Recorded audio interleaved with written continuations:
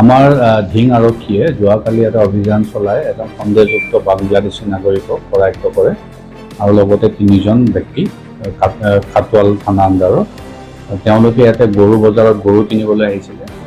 দুজন মানুহ আমি বাংলাদেশী ব্যক্তি আমি কৰায়ত্ব কৰিছোঁ। তেওঁৰ নাম হ'ল হুমায়ুন কবিৰ। তেওঁ পাছপোৰ্ট নোহোৱাকৈ বা কোনো ধৰণৰ লিগেল ট্ৰেভেল ডকুমেণ্ট নোহোৱাকৈ ভাৰতত আহিছে।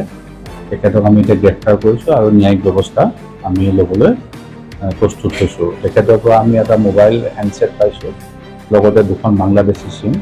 সেইখিনি আমি এনালাইচিছ কৰিম এতিয়া আৰু অবৈধভাৱে ভাৰতত প্ৰৱেশ কৰাৰ কাৰণে তেখেতক আমি কৰায়ত্ব কৰি গ্ৰেপ্তাৰ কৰা হৈছে।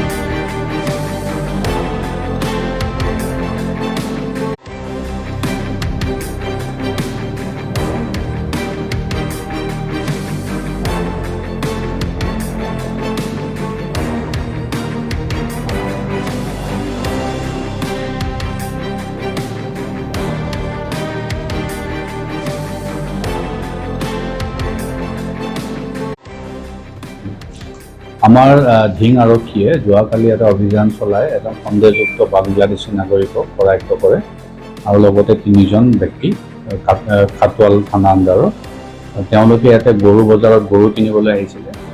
দুজন মানুহ আমি বাংলাদেশী ব্যক্তি আমি কৰায়ত্ব কৰিছোঁ। তেওঁৰ নাম হ'ল হুমায়ুন কবিৰ। তেওঁ পাছপোৰ্ট নোহোৱাকৈ বা কোনো ধৰণৰ লিগেল ট্ৰেভেল ডকুমেণ্ট নোহোৱাকৈ ভাৰতত আহিছে। তেখেতক আমি এতিয়া গ্ৰেপ্তাৰ কৰিছোঁ আৰু ন্যায়িক ব্যৱস্থা আমি ল'বলৈ প্ৰস্তুত হৈছোঁ। তেখেতৰ পৰা আমি এটা মোবাইল হেণ্ডছেট পাইছোঁ, লগতে দুখন বাংলাদেশী চিম। সেইখিনি আমি এনালাইচিছ কৰিম এতিয়া আৰু অবৈধভাৱে ভাৰতত প্ৰৱেশ কৰাৰ কাৰণে তেখেতক আমি কৰায়ত্ব কৰি গ্ৰেপ্তাৰ কৰা হৈছে।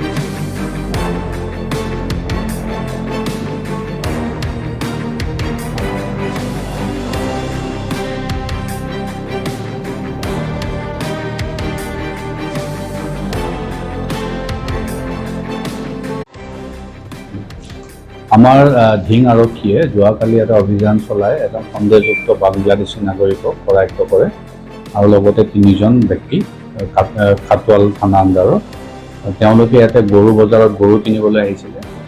দুজন মানুহ আমি বাংলাদেশী ব্যক্তি আমি কৰায়ত্ব কৰিছোঁ। তেওঁৰ নাম হ'ল হুমায়ুন কবিৰ। তেওঁ পাছপোৰ্ট নোহোৱাকৈ বা কোনো ধৰণৰ লিগেল ট্ৰেভেল ডকুমেণ্ট নোহোৱাকৈ ভাৰতত আহিছে। তেখেতক আমি এতিয়া গ্ৰেপ্তাৰ কৰিছোঁ আৰু ন্যায়িক ব্যৱস্থা আমি ল'বলৈ প্ৰস্তুত হৈছোঁ। তেখেতৰ পৰা আমি এটা মোবাইল হেণ্ডছেট পাইছোঁ, লগতে দুখন বাংলাদেশী চিম। সেইখিনি আমি এনালাইচিছ কৰিম এতিয়া আৰু অবৈধভাৱে ভাৰতত প্ৰৱেশ কৰাৰ কাৰণে তেখেতক আমি কৰায়ত্ব কৰি গ্ৰেপ্তাৰ কৰা হৈছে।